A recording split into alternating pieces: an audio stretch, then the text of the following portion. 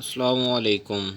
آج کی ہماری کہانی ہے قوم کی خاطر ایثار، یعنی کہ قوم کی خاطر قربانی دینا۔ ایک جنگل تھا، اس کے ایک حصے میں ریچھ رہا کرتے تھے، دوسرے حصے میں بندر، یعنی کہ دو ہی جانور ایک ہی جنگل میں رہا کرتے تھے۔ ایک دن ریچھوں کے دل میں آیا کہ کیوں نہ سارے جنگل میں پر قبضہ کر لیں۔ چنانچہ انہوں نے بندروں پر حملہ کر دیا، یعنی کہ لڑائی شروع کر دی، انہیں مار مار کر بھگا دیا اور سارے جنگل پر قبضہ بھی کر لیا۔ بندروں سے ان کا وطن چھٹا دیا، یعنی کہ جنگل کے پھل چھوٹے، وہ حیران و پریشان آوارہ گردی کرنے لگے، کیونکہ ان کے پاس گھر نہیں تھا رہنے کے لیے اور سب کچھ ان سے چھوٹ چکا تھا۔ یہ حال دیکھ کر ایک بندر کا دل بہت کھڑا۔ اس نے سب بندروں کو اکٹھا کیا اور کہا، میری بات مانو، مجھے زخمی کر دو، جگہ جگہ سے کھال نوچ لو اور جہاں سے ہمیں نکالا گیا ہے وہیں پھینک دو۔ اس نے کہا کہ مجھے مارو اچھے طریقے سے، وہیں پھینک دو جہاں سے ہمیں نکال دیا گیا ہے، یعنی کہ ہمارے وطن سے نکالا گیا ہے۔ میں کچھ تدبیر کروں گا اور ریچھوں کی بلا سے نجات مل جائے گی اور تمہیں اپنے وطن واپس مل جائے گا۔ بندر ایسے غم گسار اور قربانی دینے والے ساتھی سے ایسا سلوک کرنا تو نہ چاہتے تھے، مگر آخرکار مان گئے۔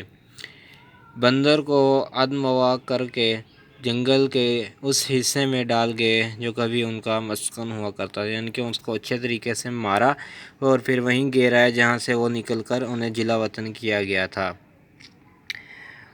ریچھوں نے ایک زخمی بندر کو دیکھا اور پوچھا، تم یہاں کیسے آ گئے؟ یعنی کہ تم کیا کر رہے ہو یہاں پر؟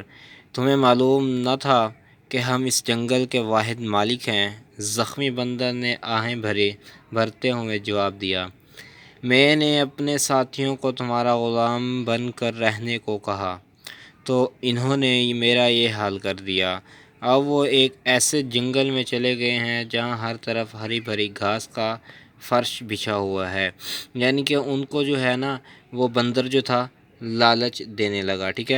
لالچ دینے کے بعد اس نے کیا، اس کی یہی ترکیب تھی کہ ان کو لالچ دلوا کر آپس میں لڑوا کر میں انہیں بھی یہاں سے نکلوا دوں گا اور ہم پھر سے اپنا جنگل میں ہنسی خوشی رہنے لگیں گے۔ چلو چلتے ہیں ہم اپنی کہانی کی طرف۔ میں نے اپنے ساتھیوں کو تمہارا غلام بن کر رہنے کو کہا تو انہوں نے میرا یہ حال کر دیا۔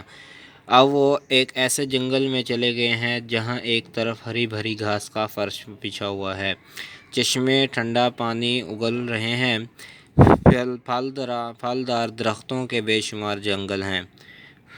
جنگل کیا ہے؟ بہشت کا ایک ٹکڑا ہے، یعنی کہ بہشت کا ایک ٹکڑا ہے، یعنی کہ ایک جنت کا ٹکڑا ہے۔ ریچھ لالچی تو ہوتے ہی ہیں، انہوں نے بندر سے کہا، تم ہمیں وہاں لے چلو، ہم تمہارا انتقام بھی لیں گے اور اس جنگل میں چین کی بانسری بجائیں گے، تمہارے زخموں کا علاج بھی کریں گے۔ بندر مان گیا۔ انہوں نے ایک ریچھ پر بندر کو لاد لیا اور سارے ریچھ بندر کی رہنمائی میں چل پڑے۔ رات بھر چلتے رہے، ایک جگہ معمولی کیچڑ تھا اور اس سے آگے گہری دلدل۔ بندر نے کہا، اس دلدل سے آگے وہ جنگل ہے جسے جنت نظیر کہا جاتا ہے، تم بے خطر بڑھو اور میرے پیچھے چلے آؤ۔ جس طرح کہ میں نے کہا تھا کہ ریچھ کو وہ اس کو لالچ دلوا کر کسی طرف لے جائے گا اور وہاں پر جا کے انہیں کچھ نہ کچھ کر دے گا، تو اس طرح ہی ہوا یہاں پر۔ ریچھ آگے بڑھتے گئے اور دلدل میں دھنستے گئے۔